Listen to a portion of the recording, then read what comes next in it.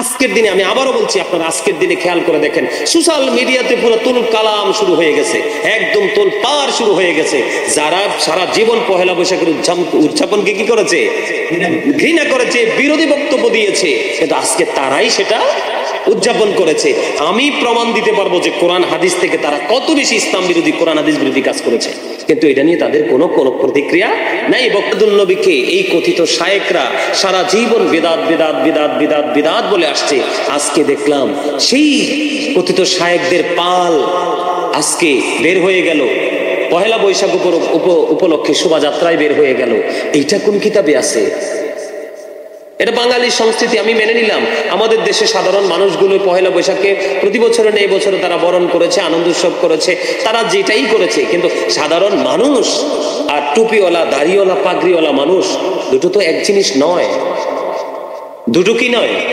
এক জিনিস নয়। কিন্তু আজকে দেখলাম যে যারা ঈদ মিলাদুন নবীকে বেদাত বলে ফতোয়া দেয়, মাজার জিয়ারতকে বেদাত বলে, শিরিক বলে ফতোয়া দেয়, আজকে তারা শিরিকের সাথে যুক্ত হয়েছে। কোরআন এবং হাদিস থেকে আল্লাহর কোরআনে কি এসেছে? ইন্নামাল খামরু ওয়াল মাইসিরু ওয়াল আনসাবু ওয়াল আজলামু রিজসুম মিন আমালিশ শাইতান। মদ, জুয়া, মূর্তি, ভাগ্য গণনা এগুলো ঘৃণ্য বস্তু, শয়তানের কাজ। আল্লাহর কোরআন থেকে প্রমাণিত। কার কাজ? শয়তানের কাজ। এখন শয়তান কি মুসলমানের বন্ধু না শত্রু? মুসলমানের বন্ধু না শত্রু?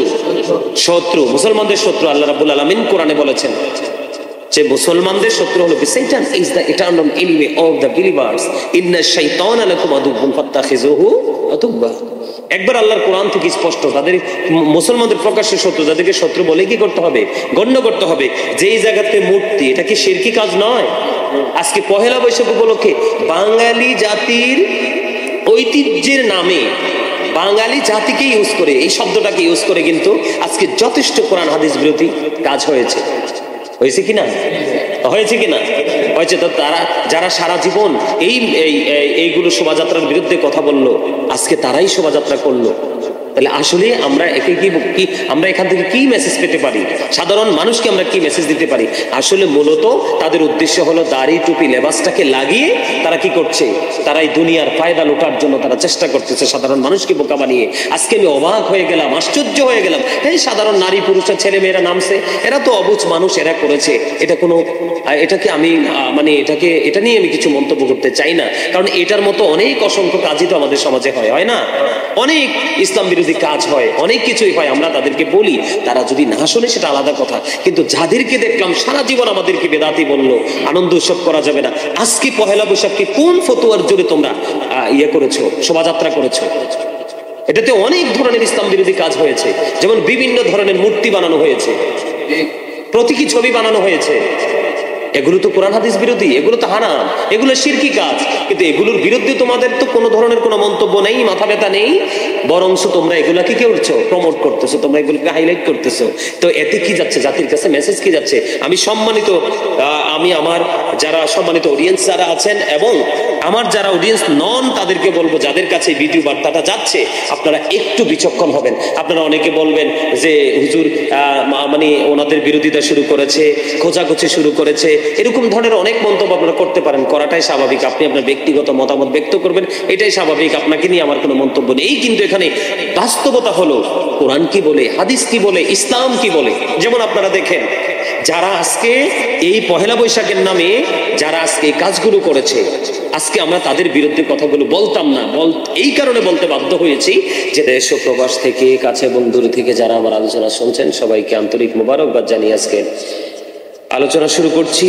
আসলে আজকে আলোচনা করার মূল উদ্দেশ্য হলো, আজকে বক্তব্য দেওয়ার মূল উদ্দেশ্য হলো অনেকগুলো উদ্দেশ্য। এর মধ্যে প্রথম উদ্দেশ্য হলো, আজকে আমাদের বাংলাদেশে পহেলা বৈশাখ উদযাপিত হয়েছে। আমাদের দেশে অনেক মানুষ, ম্যাক্সিমাম মানুষই, সাধারণ থেকে অতি সাধারণ পর্যন্ত প্রত্যেকটা মানুষই আজকে পহেলা বৈশাখ উদযাপন করার চেষ্টা করেছে।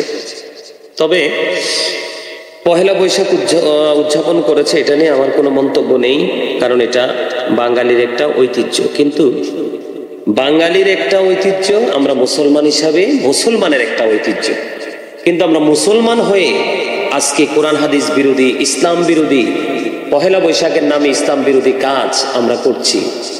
এটা আসলে আমার কাছে মোটেও ভালো লাগেনি, আমার কাছে একেবারে ভালো লাগেনি। সেই জন্য আজকে দেশ ও জাতির উদ্দেশ্যে, বিশেষ করে মুসলিম উম্মার উদ্দেশ্যে আমার এই আজকের এই বক্তব্য।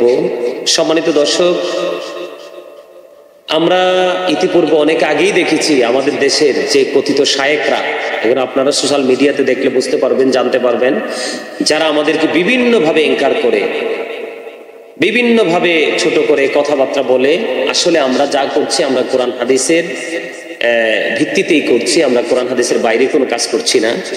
তা আজকে আমার আসলে মূল বক্তব্য দেওয়ার উদ্দেশ্য হলো, আজকে পহেলা বৈশাখ, এটা বাঙালিদের ঐতিহ্য, কিন্তু মুসলমানের ঐতিহ্য নয়।